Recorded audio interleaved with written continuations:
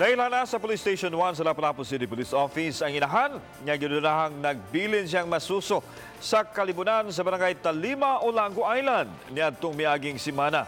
Si Luan May Rondina sa exclusive report. Human sa usa ka simanang pag-atiman sa Santa Rosa Hospital sa Olango Island, na-discharge na ang baby boy nga gikatahong gibilin sa wa mailhing inahan sa Kalibunan sa barangay Talima. Gawa sa pipila ka mga samad ug pinaakan sa mga insekto, walay laing problema sa panglawas ang masuso. Okay naman siya, healthy na siya. Kahinumduman, Lunes sa gabi, mikatap sa social media ang post sa usa ka Eliazar Rosalejos may tungod sa masuso nga napalgang nag-ubo sa Kalibunan.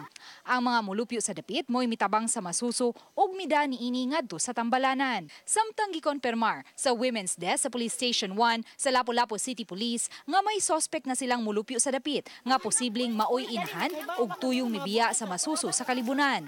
Ang naason babay nagpangidaron og 24 anyos ug usa ka dalaga. Wala man mi nakakuan og unsay name jud sa kuan ma'am? Mama. Sa mama. Nagkuan pa mi, nag-investigate pa mi. Ang amo raman sa mga silingan raman good.